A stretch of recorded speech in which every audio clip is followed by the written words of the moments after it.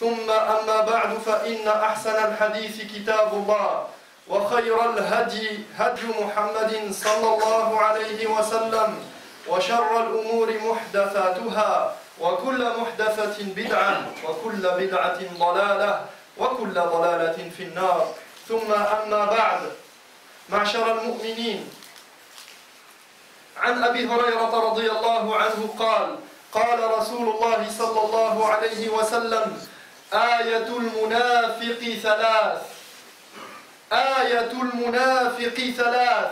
إذا حدث كذب وإذا وعد أخلف وإذا اؤتمن خان آية المنافق ثلاث إذا حدث كذب وإذا وعد أخلف وإذا اؤتمن خان. إخوة الإسلام، الناس من حيث الإيمان والكفر ثلاثة أقسام: مؤمنون ظاهرا وباطنا، وكافرون ظاهرا وباطنا، ومنافقون أظهروا الإسلام وأبطنوا الكفر. Abu Huraira, qu'Allah soit satisfait de lui, a rapporté cette parole du prophète sallallahu alayhi wa sallam. Il dit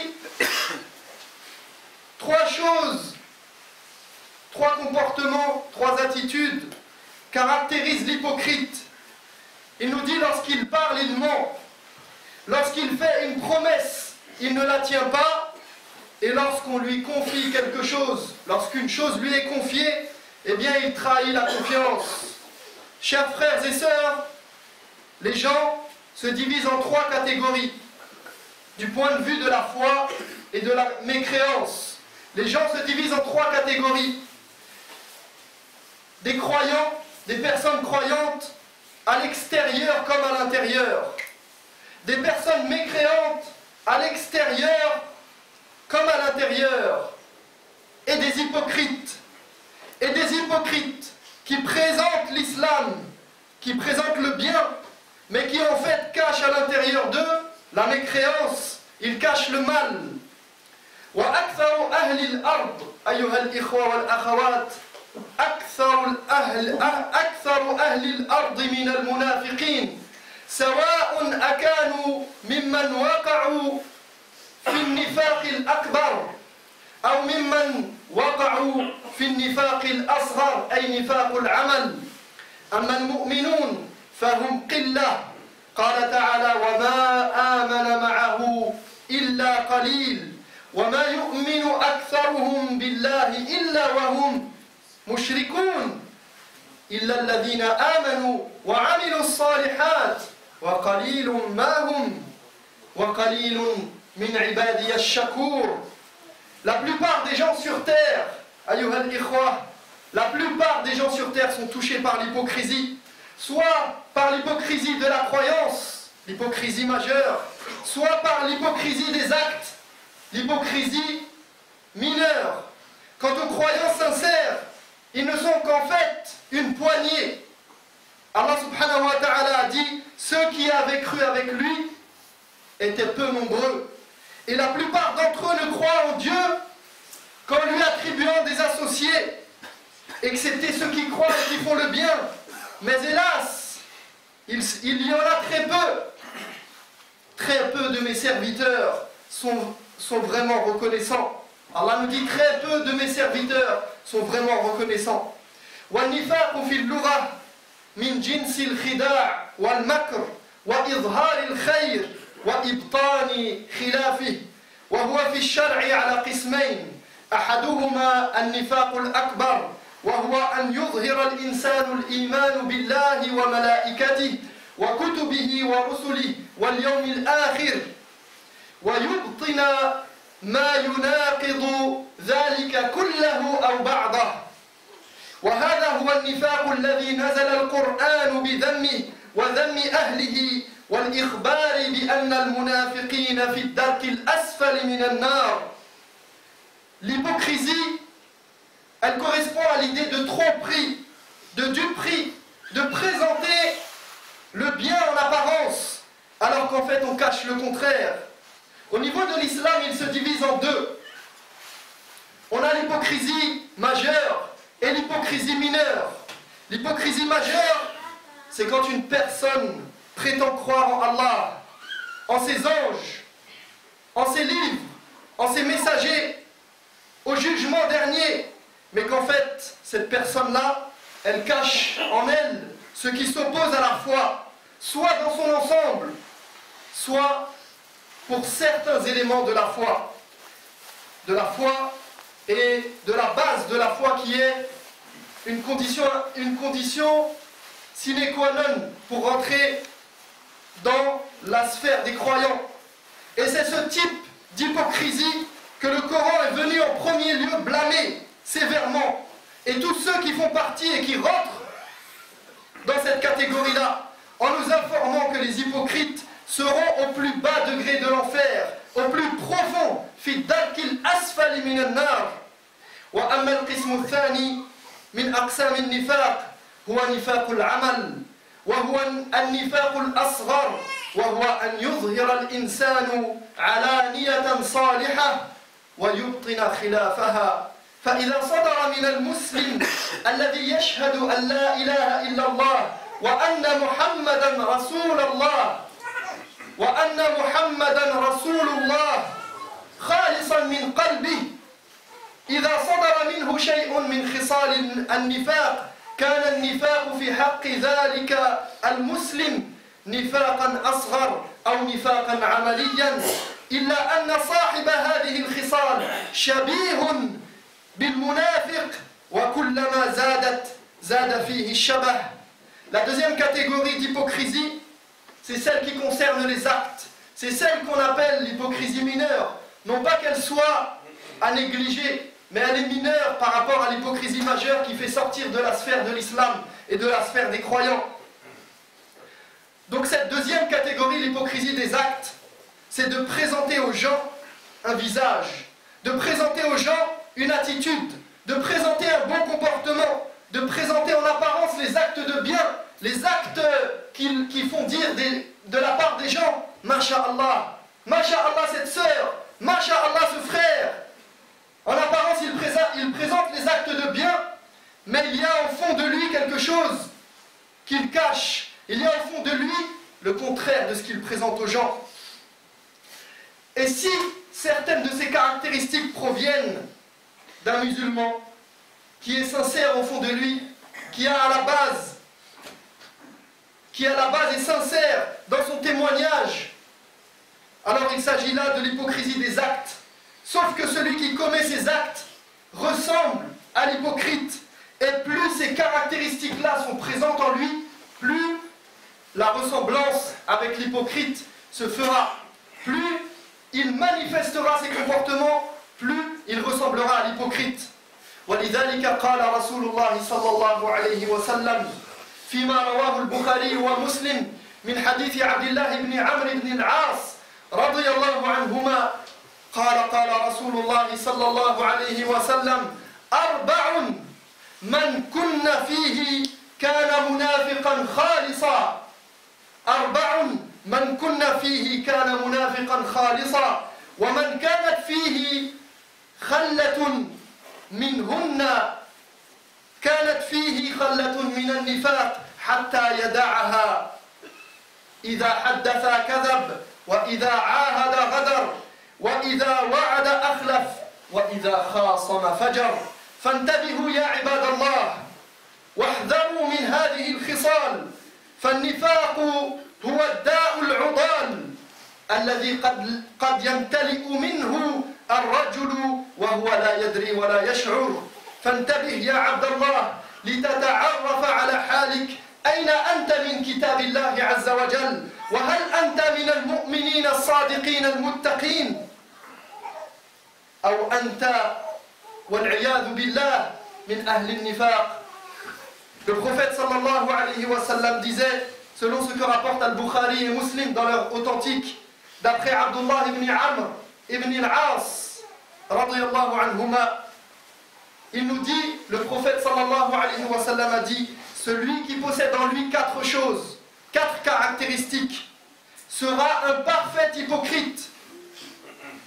Et celui qui en possède une seule, aura alors en lui une caractéristique des hypocrites jusqu'à ce qu'il la délaisse. Et ensuite il cite, il nous dit quand il parle, il ment. Quand il prend un engagement, il ne le tient pas. Quand il fait une promesse, il faillit à sa promesse. Et quand il se dispute, il devient de mauvaise foi, il devient malhonnête.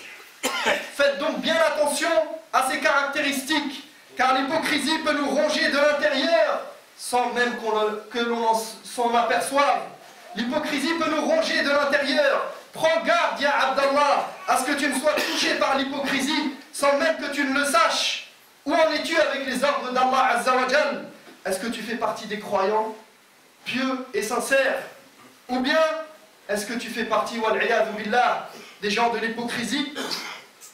Et ne sois pas leurré par certaines de tes actions, par certains actes que tu peux faire quotidiennement. Ne sois pas leurré par l'éloge des gens à ton égard. Masha'Allah, ce frère, il va à la mosquée. Masha'Allah, ce frère, il donne en aumône. Masha'Allah, cette sœur, elle porte le hijab. Masha'Allah, Masha'Allah. L'éloge des gens à ton égard ou ta propre satisfaction de ta personne.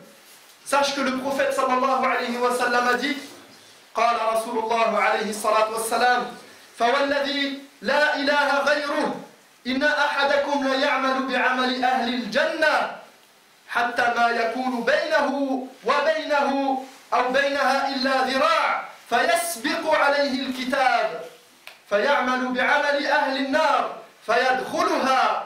Le prophète sallallahu alayhi wa sallam a dit, certains parmi vous font des actes qui sont ceux des gens du paradis en apparence. Ils font des actes de bien jusqu'à ce qu'ils soient proches du but, jusqu'à ce qu'il ne reste entre lui et le paradis qu'une seule coudée. Il est à 1 mètre du paradis, c'est-à-dire que, en apparence, il a fait des actes qui le rapprochent du paradis et son terme est bientôt venu. Il arrive, il est proche de la mort. Sa vie va terminer. Donc c'est comme s'il se rapprochait du but puisqu'il est censé faire partie des gens du paradis. Et pourtant la réalité le rattrape. La réalité de ce qu'il y a dans son cœur, de ce qu'il cachait au fond de lui-même, le rattrape. Et il fait des actes, des gens de l'enfer. Et il rentre en enfer. Il termine par un acte qui vient en fait dévoiler la vérité sur son compte, sur tout le reste. Et il rentre finalement en enfer.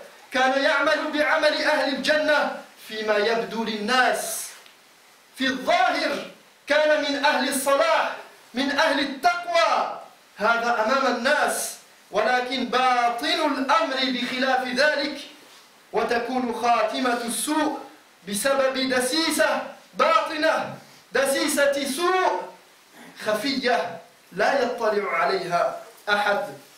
En apparence, il faisait partie des gens du bien devant les gens, mais en fait, il cachait une hypocrisie au plus profond de son cœur que personne ne pouvait voir et dont même lui, peut-être, ne se rendait pas compte. Alors ne sois pas leurré par tes actes de bien, ne sois pas leurré par tes bonnes actions. Et si tu trouves en toi une des caractéristiques des hypocrites, même s'il s'agit de l'hypocrisie des actes, eh bien prends garde à ce que cela ne soit pas un reflet d'une hypocrisie bien plus grande au fond de toi. Car nos actes de mal, nos péchés, nos désobéissances peuvent être le reflet de ce qui se trame réellement au fond de nos âmes. أقول قولي هذا وأستغفر الله لي ولكم فاستغفروه إنه هو الغفور الرحيم.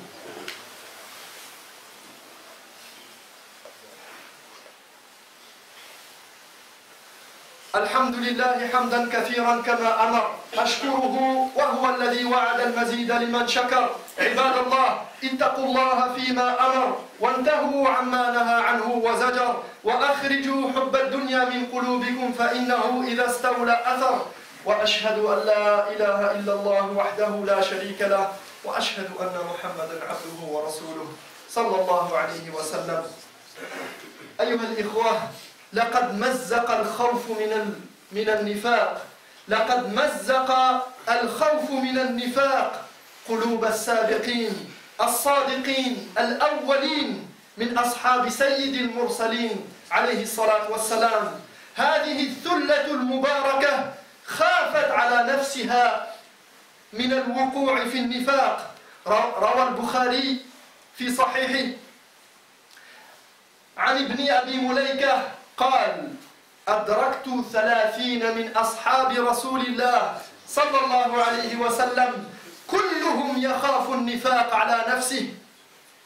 La peur de l'hypocrisie rongeait les cœurs des anciens, des véridiques, de ceux qui nous ont précédés parmi les compagnons du prophète alayhi salatu wassalam. Cette génération bénie craignait de faire partie des hypocrites et de rentrer dans cette sphère, la sphère des hypocrites. Al-Bukhari a rapporté dans son Sahih cette parole d'Ibn Abi Mulaika qui nous dit: j'ai connu une trentaine des compagnons. J'ai connu une trentaine des compagnons du prophète sallallahu alayhi wa sallam. Tous sans exception craignaient de faire partie des hypocrites. Tous sans exception craignaient d'être atteints par l'hypocrisie. Qala Ibrahim al-Taymi: ma aradtu qawli ala amali illa khashitu an akuna mukadhiba. Ibrahim al-Taymi a dit: je n'ai jamais confronté ma parole, mes prétentions, ceux que je n'arrête pas de clamer haut et fort. Je n'ai jamais confronté ma parole à mes actes sans craindre de me rendre compte que j'étais dans le mensonge, que j'étais un hypocrite. ويذكر عن الحسن من النفاق اختلاف القلب واللسان واختلاف السر والعلانية واختلاف الدخول والخروج. Al-Hassan, il a été rapporté cette parole de sa part, et il nous dit, fait partie de l'hypocrisie, la contradiction, le décalage entre ce que dit la langue et ce qu'il y a dans le cœur, le décalage entre les actes en cachette et les actes en public, et le décalage entre le discours que tu tiens en arrivant et le discours que tu tiens une fois reparti. وسئل الإمام أحمد ما تقول في من لا يخاف على نفسه النفاق فقال ومن يأمن على نفسه النفاق. On demanda à l'imam Ahmad: que dis-tu d'une personne qui n'a pas peur de tomber dans l'hypocrisie? Qu'est-ce que tu penses d'une personne? Quel est le jugement d'une personne qui ne craint pas d'être touchée par l'hypocrisie? Et il répondit: mais qui peut bien se sentir à l'abri de l'hypocrisie? Qui parmi nous peut bien se sentir à l'abri de l'hypocrisie? وقال الوليد بن مزيد سمعت الأوزاعي يقول إن المؤمن يقول قليلا ويعمل كثيرا وإن المنافق يتكلم كثيرا ويعمل قليلا. Al-Walid ibn Mazid a dit: j'ai entendu l'imam Al-Awza'i dire: le croyant parle peu et agit beaucoup. Quant à l'hypocrite, il parle beaucoup, mais il agit peu. Le croyant parle beaucoup, le croyant parle peu et agit beaucoup. Quant à l'hypocrite, il parle beaucoup, mais il agit peu. قال الحسن البصري النفاق ما خافه إلا مؤمن ولا أمنه إلا منافق.